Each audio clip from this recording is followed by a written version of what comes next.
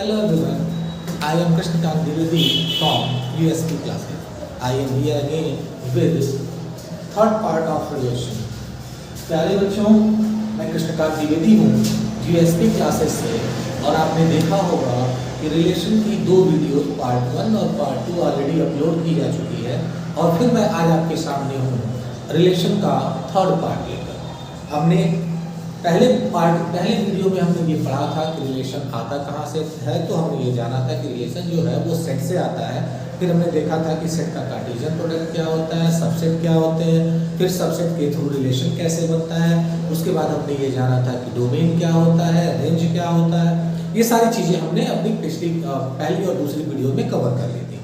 आज की जो वीडियो है इसमें हम टाइप्स ऑफ रिलेशंस को पढ़ेंगे।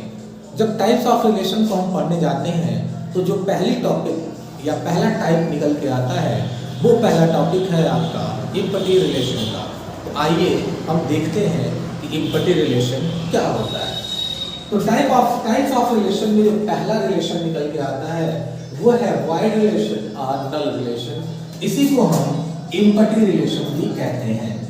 जैसा कि नाम से ही क्लियर है, इम्पटी मतलब होता है खाली। इम्पटी मतलब क्या होता है? खाली, रिक्त। ठीक है, तो ये जो रिलेशन है वो एक तरह का रिक्त संबंध है। रिक्त संबंध है। आइए इसकी डिफिनीशन को देखते हैं। डिफिनीशन में क्या होता है, जैसे हमने पढ़ा था कि जब भी रिलेशन डिफाइन होता है तो वो सबसेट के फॉर्म में डिफाइन होता है। और सबसेट होता किसका है? तो कार्टेशियन प्रोडक्ट का। और वो कार्टेशियन प्रोडक्ट जो होता है वो दो तरह से डिफाइन हो सकता है, या तो A क्रॉस B का कार्टेशियन प्रोडक्ट हो या A का A के साथ कार्टेशियन प्रोडक्ट हो। तो यहाँ देखिएगा, let A be a set, मैंने A को एक सेट लिया, then phi be the also a subset of A cross A। phi जो है वो भी A cross A यानी A और A के कार्टेशियन प्रोडक्ट का सबसेट होगा। यानी कहना क्या चाहता है, ये कहना चाहते हैं कि यदि A आपने कोई एक सेट लिया है और उस A सेट का आपने A क्रॉस A किया है, यानी A से A का कार्टेशियन प्रोडक्ट निकाला है, तो जो हमारा कार्टेशियन प्रोडक्ट आएगा वो भी एक सेट होगा ऑर्डर्ड पेयर का। और आपको पता है कि किसी भी सेट का सबसेट फाई भी होता है, इम्पटी सेट भी उसका एक सबसेट होता है। तो ऑब्वियस सी बात ये है कि ऑर्डर्ड पेयर से बना हुआ जो सेट निकलेगा उस सेट में भी इम्पटी रिलेशन, उस सेट में इम्पटी सेट या नल सेट जो होगा वो भी एक सबसेट होगा। तो वही बात ये कह रहे हैं कि फाई जो होगा वो फाई भी एक सबसेट होगा A क्रॉस A का। और ये दोनों डिफाइंड कहाँ होंगे? तो and so it is relation on ये, और ये दोनों डिफाइन होंगे आपके A क्रॉस A पर। तो ये जब A क्रॉस A का सबसेट है तो रिलेशन की डिफिनीशन के अनुसार ये जो फाई होगा वो क्या होगा? रिलेशन हो जाएगा सबसेट होने के नाते। हमने ये पढ़ रखा है कि यदि कोई एक रिलेशन A क्रॉस A का A और A के कार्टेशियन प्रोडक्ट का सबसेट है तो सबसेट है तो वो रिलेशन होगा। और हम यहाँ ये कह रहे हैं कि फाई जो है वो सबसेट है A क्रॉस A का, दैट इज ये भी एक क्या होगा? रिलेशन की डिफिनीशन के अनुसार रिलेशन होगा।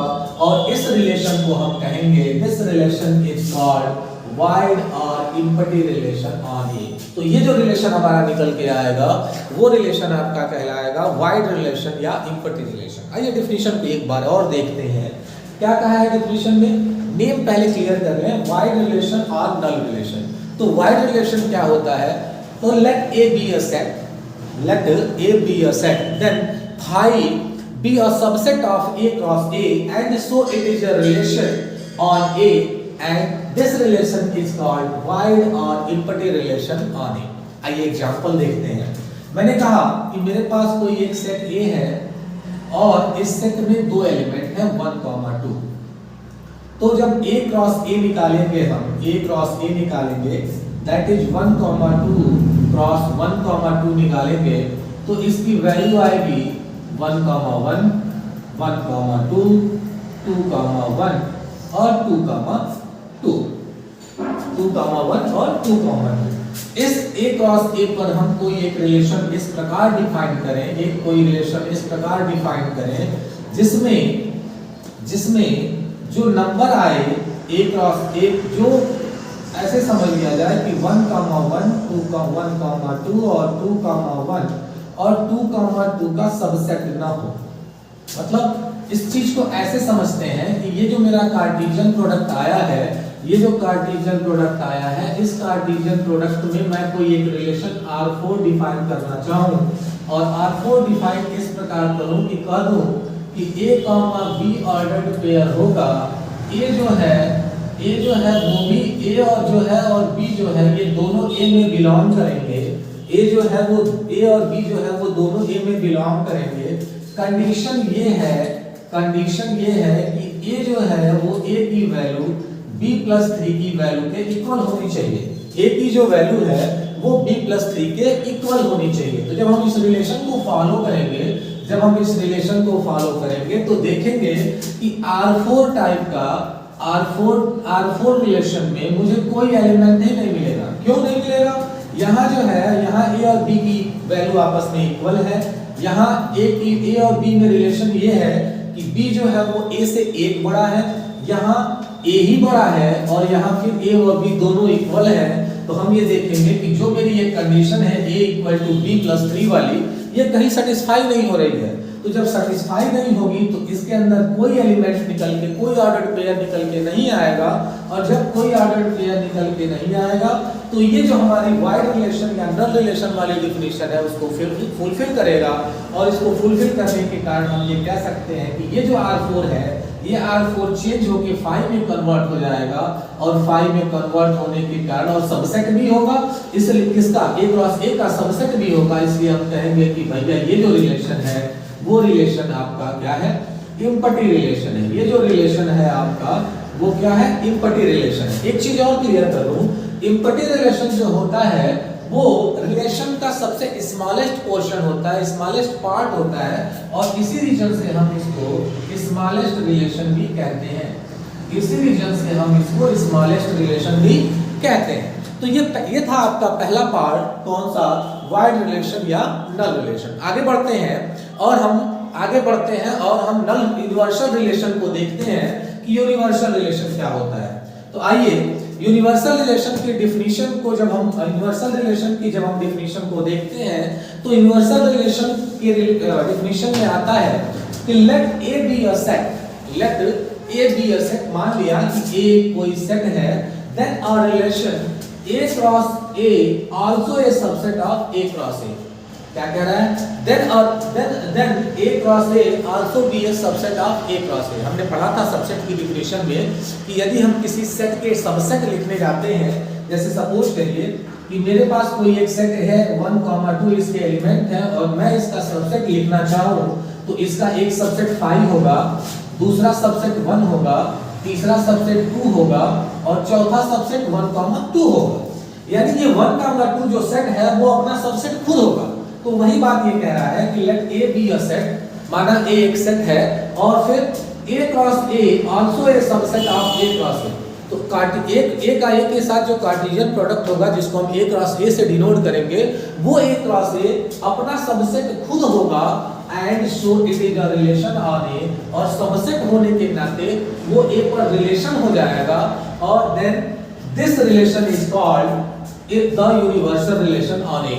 तो सबसेट होने के नाते रिलेशन होगा और रिलेशन हो जाएगा तो हम इस रिलेशन को कहेंगे यूनिवर्सल रिलेशन ऑन A। आगे बढ़ते हैं, देखिए कैसे आएगा। मैंने कहा A = 1, 2 है। A = क्या है? 1, 2 है और मैं यदि A की वैल्यू यदि 1, 2 है और A का A के साथ मैं कार्टेशियन प्रोडक्ट निकालूं, यही ऊपर वाला क्वेश्चन लेके करते हैं। A का A के साथ कार्टेशियन प्रोडक्ट निकालूं तो 1, 2 क्रॉस 1, 2 हो जाएगा और इसकी जो वैल्यू आएगी वो फिर वही आ जाएगी 1, 1, 2, 2, 1 और 2, 2। आगे बढ़ते हैं 1, 1, 2, 2, 2, 2, 1 और 2, 2। आगे मैंने कहा कि R एक रिलेशन इस पे डिफाइंड होगा A, B के फॉर्म में, A, B के फॉर्म में और ये इस प्रकार होगा कि A जो है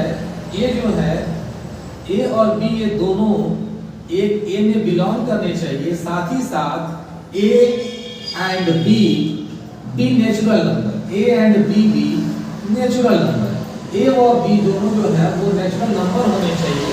तो इस कंडीशन में देखिए क्या होगा, इस कंडीशन में एक r की जो वैल्यू होगी वो 1,1 दोनों नेचुरल नंबर है, दूसरा 1,2 ये भी नेचुरल नंबर है, 2,1 ये भी नेचुरल नंबर है और 2,2 ये भी नेचुरल नंबर है। तो ये जो r मेरा होगा वो एक, आप टैली करिए, ये जो मेरा r है वो एग्जैक्ट जो है वो a क्रॉस a के एलिमेंट्स के इक्वल हो गया, और इक्वल होने के नाते हम ये कह सकते हैं कि r is a subset of a cross a, क्योंकि कोई भी सेट जो है वो अपना सबसेट खुद होता है। तो इस r को हम चाहें तो a क्रॉस a के फॉर्म में भी लिख सकते हैं। इससे लार्जेस्ट रिलेशन पॉसिबल नहीं है, और इस कारण से ये रिलेशन मेरा कहलाएगा आपका क्या, यूनिवर्सल रिलेशन। और जैसा मैंने कहा अभी थोड़ी देर पहले कि इससे लार्जेस्ट रिलेशन पॉसिबल नहीं है, तो हम ये कह सकते हैं कि यूनिवर्सल रिलेशन जो होता है वो सबसे लार्जेस्ट रिलेशन होता है। यूनिवर्सल रिलेशन जो होता है वो सबसे लार्जेस्ट रिलेशन होता है। तो हमने यहाँ दो टाइप देखे रिलेशन के। पहला टाइप देखा क्या, नल रिलेशन, और दूसरा टाइप हमने देखा यूनिवर्सल रिलेशन। आगे बढ़ते हैं, आइए। तो हमने इम्पटी रिलेशन क्लियर कर लिए, यूनिवर्सल रिलेशन क्लियर कर लिए।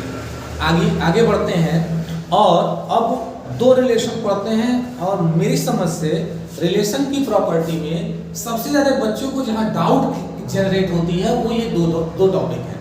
अब ऐसा मैं क्यों कह रहा हूं, आप आगे इसको ध्यान से देखिए, और जब ये ध्यान से देखेंगे तो ये बात समझेंगे। ठीक है, बहुत हल्का सा डिफरेंस होता है दोनों में, लेकिन डिफिनीशन लगभग सेम एक जैसी होती है। आइए आइडेंटिटी रिलेशन की बात करते हैं। आइडेंटिटी रिलेशन क्या होता है? तो आइडेंटिटी रिलेशन की बात में आती है डिफिनीशन कि let A be a set, माना ए एक सेट है, then the relation I suffix a, then the relation I suffix a, capital I suffix a, equal to in the curly bracket a comma a such that a belongs to a on set A is called the identity relation on A। क्या मतलब है?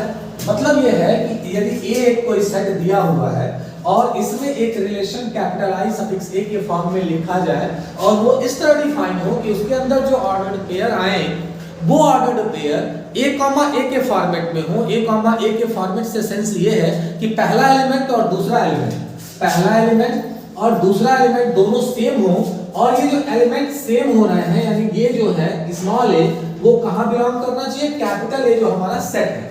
तो यदि किसी capital A set पर ये condition वाली relation define हो जाती है, ये कंडीशन वाली रिलेशन डिफाइन हो जाती है, तो इस रिलेशन को हम कहते हैं बाबू आइडेंटिटी रिलेशन। इस रिलेशन को कहते हैं क्या, identity relation on set A। आइए इसको थोड़ा सा और एक्सप्लेन किया जाए। इन अदर वर्ड्स, दूसरे शब्दों में क्या, और relation IA on set capital A is called identity relation if every element of A is related to itself only। ये only वर्ड बहुत ही इंपॉर्टेंट, only जो वर्ड है ये only वर्ड बहुत इंपॉर्टेंट, ध्यान दीजिएगा। क्या कह रहा है कि कोई रिलेशन IA जो है वो सेट A पर डिफाइंड होगा, उस कंडीशन के साथ डिफाइंड होगा कि उसके अंदर, उस रिलेशन के अंदर आने वाले ऑर्डर्ड पेयर में, ऑर्डर्ड पेयर का सारा पहला, ऑर्डर्ड पेयर के सारे पहले एलिमेंट दूसरे से खुद ही रिलेटेड होंगे। क्या मतलब है इसका? इसका मतलब यह है कि यदि कोई एक सेट है जिसके एलिमेंट है 1, 2, 3, 4 और इसके अंदर हम कोई एक रिलेशन इस प्रकार डिफाइन कर दें कि 1, 1 भी आ जाए, 2, 2 भी आ जाए, 3, 3 भी आ जाए और 4, 4 भी।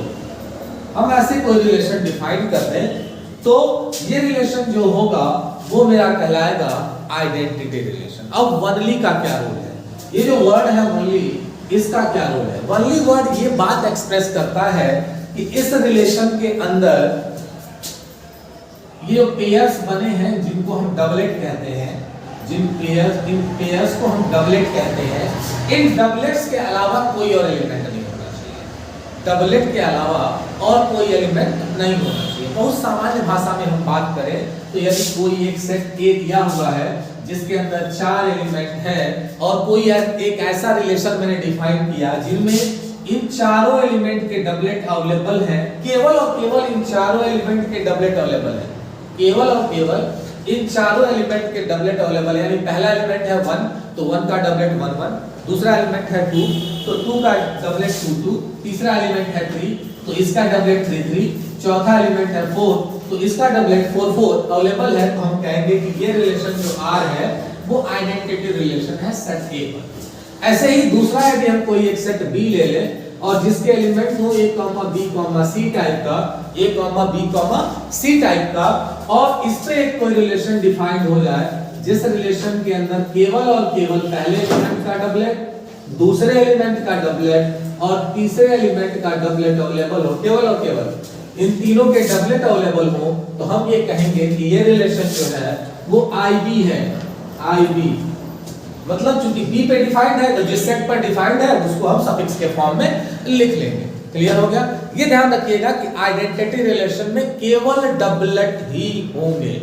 और एक बात और, अगर जो हमारे पास एक और कोई रिलेशन हो जिसमें केवल A, और उसके अलावा B, हो और C, ना हो, तो ये रिलेशन आइडेंटिटी रिलेशन कभी नहीं होगा। या केवल B, हो, C, हो, A, ना हो, तो भी ये रिलेशन कभी आइडेंटिटी रिलेशन नहीं होगा। यानी सीधा सा मतलब ये है कि यदि तीन एलिमेंट है फादर सेट कैपिटल B के अंदर, तो तीनों के डबलेट होने चाहिए, ना उससे कम ना उससे ज्यादा। तीनों के डबलेट होने चाहिए, ना उससे कम होना चाहिए और ना ही उससे ज्यादा होना चाहिए। तो ऐसे रिलेशन को हम कहते हैं क्या? Identity relation. आगे बढ़ते हैं, रिफ्लेक्सिव रिलेशन की बात करते हैं। रिफ्लेक्सिव रिलेशन की बात करते हैं। आइडेंटिटी क्लियर हो गई, अब रिफ्लेक्सिव पे आते हैं।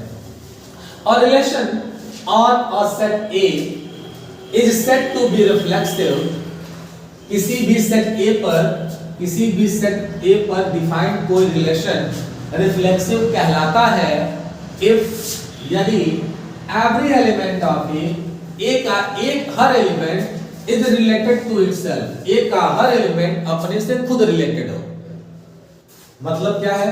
मतलब वही है कि A की वैल्यू जो है अगर जो 1, 2, 3 है, 4 हो, तो कोई रिलेशन R इस प्रकार का हो कि जिसमें 1, 1, 2, 3, 3 और 4, हो, यानी सारे एलिमेंट के डबलेट हो, तो इस रिलेशन को रिफ्लेक्सिव कहेंगे। अब बात उठती है ये कि सेम यही डेफिनेशन तो हमने आइडेंटिटी में पढ़ रखी है कि सारे एलिमेंट के डबलेट होने चाहिए, और वही वो बात रिफ्लेक्सिव में भी समझा रहा है कि हर एलिमेंट का डबलेट होना चाहिए। तो यदि हर एलिमेंट का डबलेट आइडेंटिटी में भी होनी चाहिए, हर एलिमेंट का डबलेट रिफ्लेक्सिव में भी होना चाहिए, तो क्यों मैं उसको आइडेंटिटी कहूं और क्यों मैं इसको रिफ्लेक्सिव कहूं?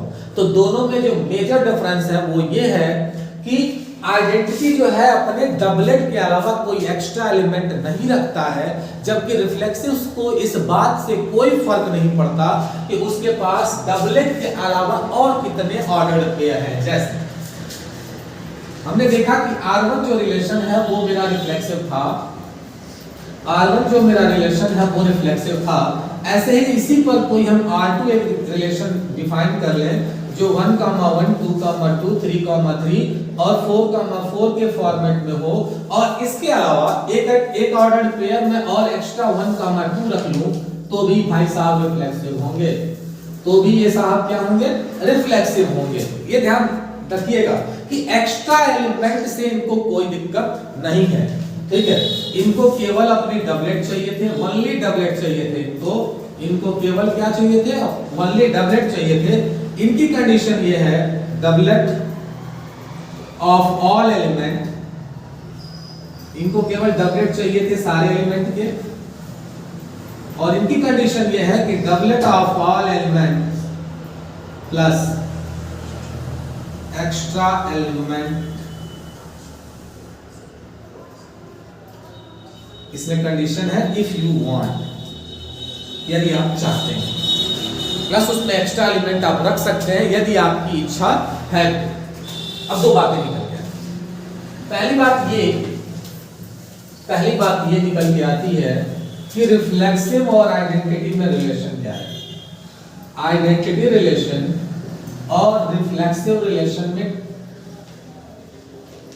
क्या कोई रिलेशन है?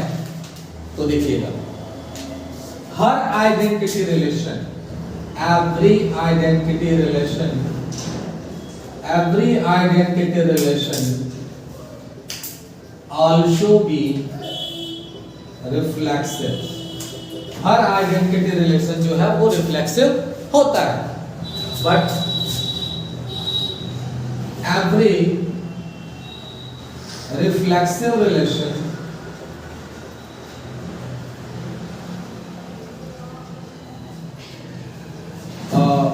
may be or may not be reflexive.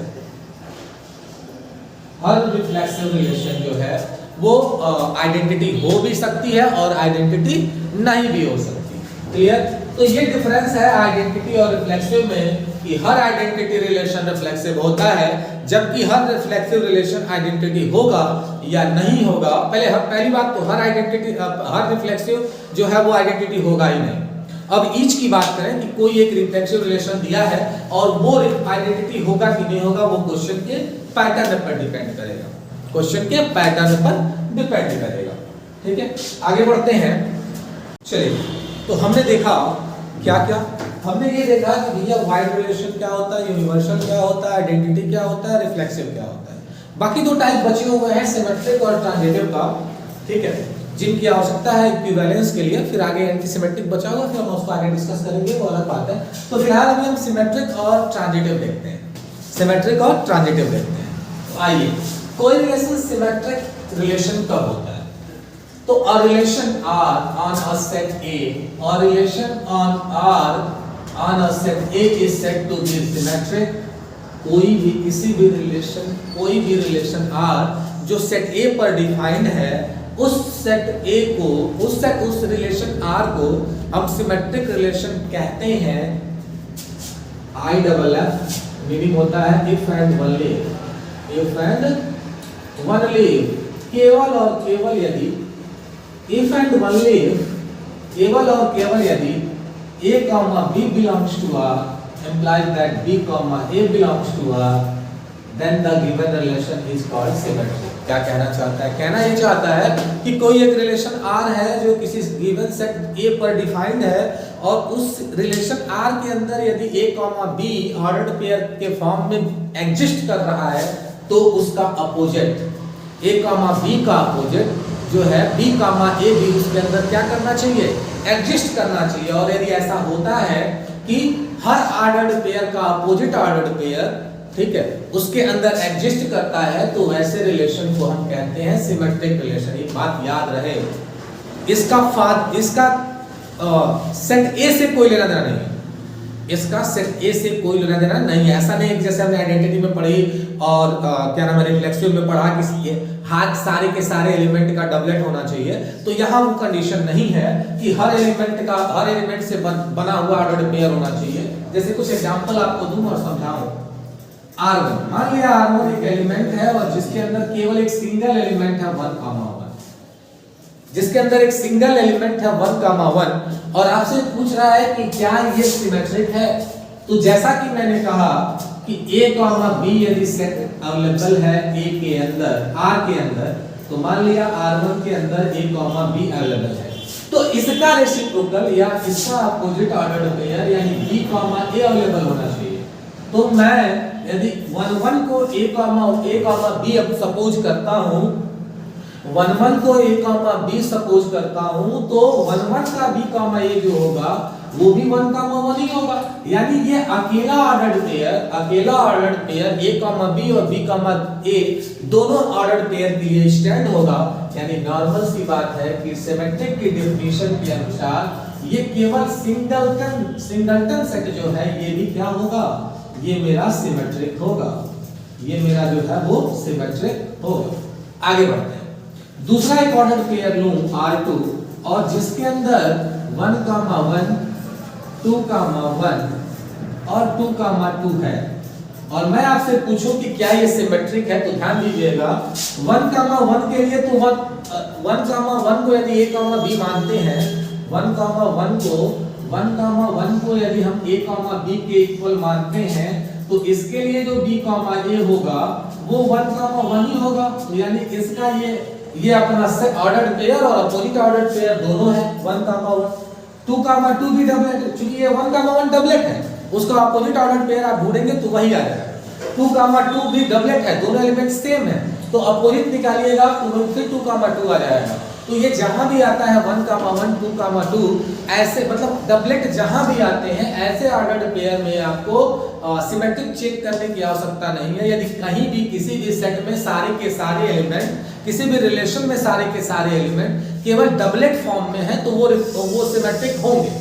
आगे बढ़ते हैं, चेक करने की आवश्यकता केवल 2, 1 की है।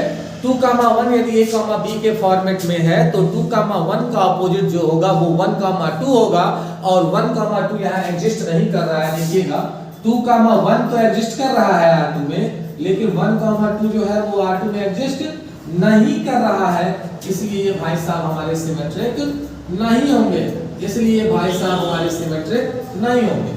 आगे बढ़ते हैं, एक तीसरा रिलेशन है ऐसे ही 1, 2, 2, 1, 3, 2, 2, 3, 4, 4। पूछे आपसे कि ये सिमेट्रिक है कि नहीं है, तो देखिएगा 1, 2 का अपोजिट 2, 1 यहां तक तो सिमेट्रिक है। 2, 3 का अपोजिट 3, 2 ये भी सिमेट्रिक है। और 4, 4 जो है वो a, b और b, a दोनों का रोल करेगा, तो यहां तक ये भी सिमेट्रिक है, यानी ये R3 सिमेट्रिक है। तो जहां तक मैं समझता हूं कि अब सिमेट्रिक क्लियर हो गया होगा कि ऐसा कोई रिलेशन जिसमें गिवन जितने भी एलिमेंट हैं वो एलिमेंट और उसके अपोजिट दोनों के दोनों उसी सेट में है। मतलब यदि कोई एक रिलेशन R है जिसमें a, b भी है और उस a, b का b, a भी अपोजिट भी है, तो दोनों को यदि वो अपने साथ रख रहा है तो ये मेरा रिलेशन जो है वो क्या कह रहा है, सिमेट्रिक कह रहा है। आगे बढ़ते हैं, ट्रांजिटिव की बात करते हैं कि ट्रांजिटिव रिलेशन क्या होता है। ट्रांजिटिव की डेफिनेशन देखिएगा, let A be any set, माना A कोई सेट है and a relation R on A is said to be transitive, तो उस सेट R पर बनने वाले किसी रिलेशन A को हम ट्रांजिटिव कहेंगे कब, if and only if A, B belongs to R and B, C belongs to R। and बहुत इंपॉर्टेंट रोल प्ले करता है यहाँ, A, B belongs to R and B, C belongs to R। A, B भी उस relation में belong करे और B, C भी उस रिलेशन में क्या करे, बिलोंग करे। यहाँ एक क्वेश्चन जनरेट होती है कि भैया A, B बिलोंग करे लेकिन B, C न बिलोंग करे, तो इस पे हम बाद में बात करेंगे, ठीक है। अभी की कंडीशन देखते हैं कि A, B बिलोंग करे R में और B, C भी R में बिलोंग करे। A, B R में बिलोंग करे और B, C भी R में बिलोंग करे, तो उस कंडीशन में A, C भी बिलोंग करना चाहिए। और यदि A, B, B, C और A, C तीनों बिलोंग करते हैं तो ये मेरा रिलेशन ट्रांजिटिव होगा। आइए एक एग्जांपल एक बात क्लियर करते हैं। जैसे R एक कोई रिलेशन है जिसके अंदर 1, 2 बिलोंग कर रहा है, 1, 2 बिलोंग कर रहा है, आगे 2, 1 भी बिलोंग कर रहा है। ध्यान दीजिएगा, यदि कोई एक रिलेशन है जिसमें 1, 2 बिलोंग कर रहा है और 2, 1 भी बिलोंग कर रहा है और आपसे ये पूछे कि भैया ये ट्रांजिटिव है, तो देखिए इसको A ले लीजिए, इसको B ले लीजिए। जो ही आप इसको B लेंगे ऑब्वियसली B हो जाएगा, क्योंकि 2 को आपने B सपोज किया है। तो ये जब A और B लिया तो ये अपने आप B हो गया और इसको कुछ और मान लेते हैं, C मान लेते हैं। चलिए थर्ड वाले को C मान लेते हैं। यहाँ देखिएगा ये दोनों मैच कर रहा है, दोनों B भी हैं, तो ये दोनों कैंसिल हो जाएंगे और कैंसिल होने से बनेगा जो ऑर्डर पेयर, वो ऑर्डर पेयर आपका बनेगा A, C फॉर्मेट में 1,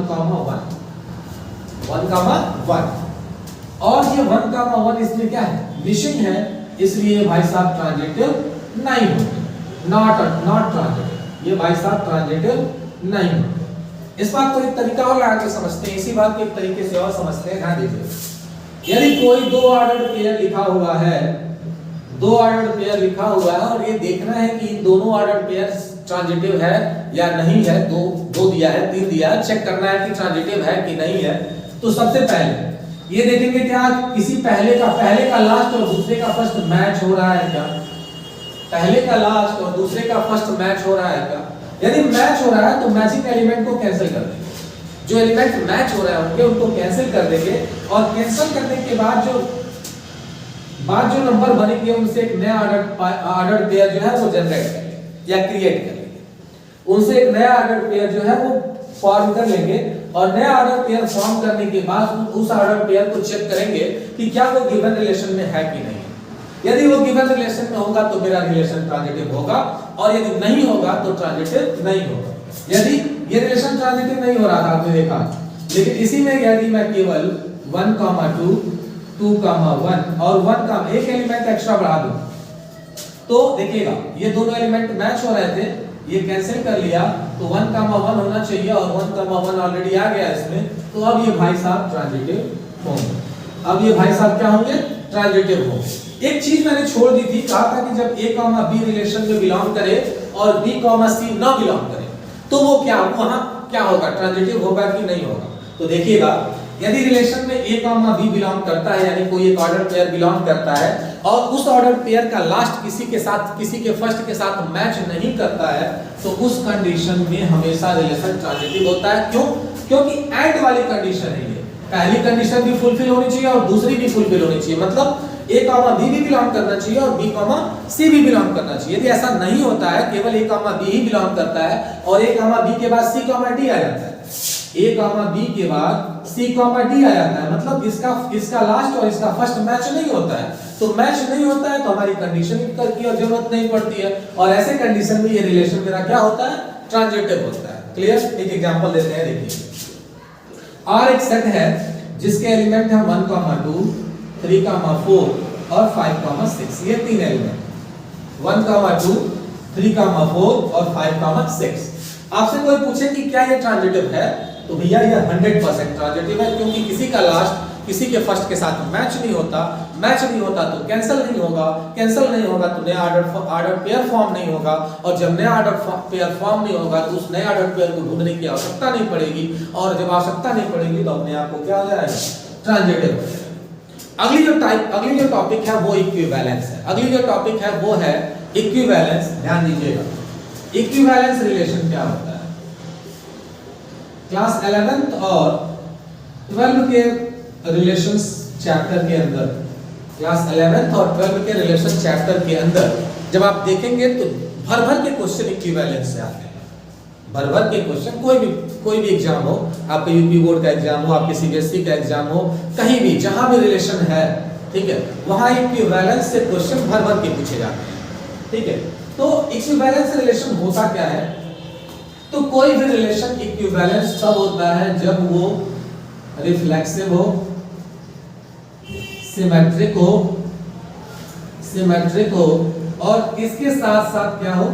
ट्रांजिटिव हो। यानी यदि कोई रिलेशन रिफ्लेक्सिव भी है, सिमेट्रिक भी है, ट्रांजिटिव भी है, तीनों प्रॉपर्टी होल्ड करता है, तो वो रिलेशन कहलाएगा आपका इक्विवेलेंस रिलेशन। तो वो रिलेशन आपका क्या कहलाएगा? Equivalence relation. तो इस प्रकार रिलेशन के कुछ टाइप्स हमने पढ़े। इस प्रकार रिलेशन के कुछ टाइप हमने पढ़े। आगे एक आध टाइप बचे हुए हैं, जैसे एंटीसिमेट्रिक बचा हुआ है, और भी थोड़ी सी कुछ इसमें शॉर्ट चीजें हैं वो बची हुई हैं। उसके बाद केवल इस चैप्टर के क्वेश्चंस हैं, मेरी लगभग समाप्ति की तरफ है। तो ये जितने भी चीजें हैं वो मेरी अगली वीडियो में, और फिर उसके बाद हम आर डी शर्मा की ऑब्जेक्टिव बुक से एक क्वेश्चन को टच करने का प्रयास करेंगे। आप सभी से केवल इतना अनुरोध है, यदि मेरी वीडियो आपको अच्छी लग रही हो तो कृपया सब्सक्राइब करें, लाइक करें और कमेंट भी करें। धन्यवाद। आज के लिए इतना।